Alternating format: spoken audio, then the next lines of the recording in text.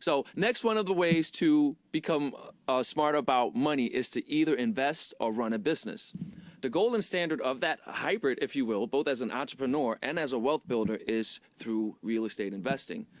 Full circle, this is what we do, right? So the reason why I think real estate investing is such a good place for people that are just starting out is, as young people, Gen Zs, millennials, the way we think about money, because we're not that far removed from being young adults or even children, where money is a hedonistic tool that we use to just buy stuff, right?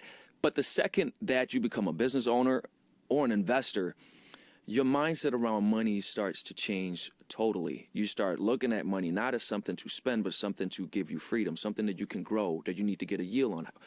Let's say you get a $5,000 tax return. Instead of going, wow, I can spend $3,000 on a trip, on a car, this and that and the other, you go, wait a minute, if I put $5,000 to work, in 2 years I have $10,000, that type of thing.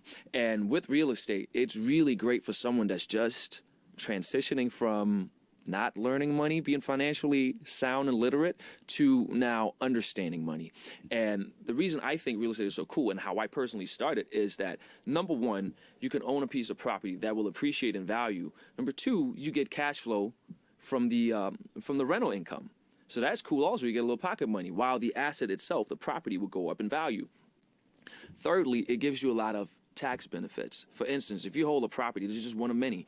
If you hold a property for more than a year and you sell it, let's say you bought it for $1 million and you now sell it for 1.5. You have made $500,000 in capital gains, right?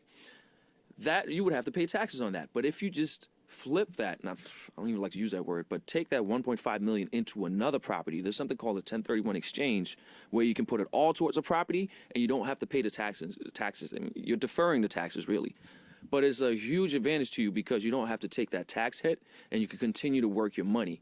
And next thing you know, you have a pretty sizable portfolio. And that's really, I like to call that the billionaire blueprint. That's what I've written that in an article in my book. So now, how do you get into real estate investing? A lot of people think the misconception is that, number one, they see the flipping shows on television, but that's not necessarily how these things work. I found out for myself, I came to New York with $79. And then I started making $500 a week because I was on a student visa. I was in the process of getting a green card, so I couldn't work the way that I wanted to. So I was saving up money, and I set a goal to save up $10,000. And what I learned around that time, which is what I'm sharing with you now, is that for only 3.5% of the total price of the property, you can actually own a piece of the property. Your down payment is 3.5% if you use what's called an FHA finance mortgage, FHA-backed mortgage, excuse me. And this is something all the banks offer. Say you buy a property with 3 apartments in it, which there are plenty of places you can get this for $100,000, $200,000. Let's just use that number for the sake of the example here. You have to come to the table with $3,500 and you can own 3 apartments. You live in one, you rent out the other 2, you're living rent free. You have an asset that will grow up in value while you've effectively removed the biggest overhead driver. So you got to think of your personal life as a business. Overhead driver, biggest expenditure, which is rent. Now you remove that. You have an asset that's appreciating in value, and now you really set the foundation for building wealth for yourself and for generations to come. So how do you start? How do you start that? And how do I did it? This is exactly what I did. I came here, I saved up $10,000, and with a partner, we bought a property for $750,000. Shortly after, it appreciated to $1.2 million, which allowed me to leverage that into more properties. And then eventually my dad and my nephew and myself, like 3 generations of boys, right, put a very little bit of money together. It was $850,000 total. And remember, this is 3 years after I came here with $79 and no bank account, no social security, nothing. $850,000, we started buying different pieces of land. The beauty about land is it doesn't cash flow for you, but once you build something on it, the value of the land increases, the building itself has a value, and the cash flow it generates has a value. So now we turned that $850 into $57 million worth of active real estate developments, which took us roughly 24 months to do. So that's one way you can start, just from that 3.5% down payment. Or you can also really quickly, which is what I've been doing, allowing people to own a piece of the real estate portfolio with us.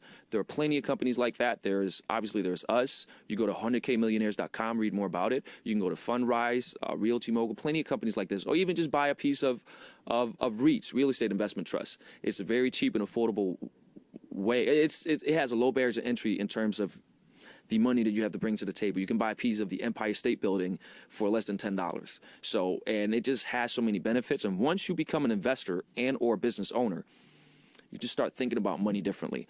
And that, to me, is one of the best benefits of starting with what I call the gold standard, which is real estate investment, and especially in this format. I think it was pretty good. That was pretty good. All right. Before I wrap up, I need help from our viewers to start a new segment for our show. So I will be answering questions from our audience about starting a business, building wealth, entrepreneurship, and everything in between. So please shoot us a question on Facebook, Twitter, Instagram, @BoTV, and we will feature your questions on next week's show. That should be fun.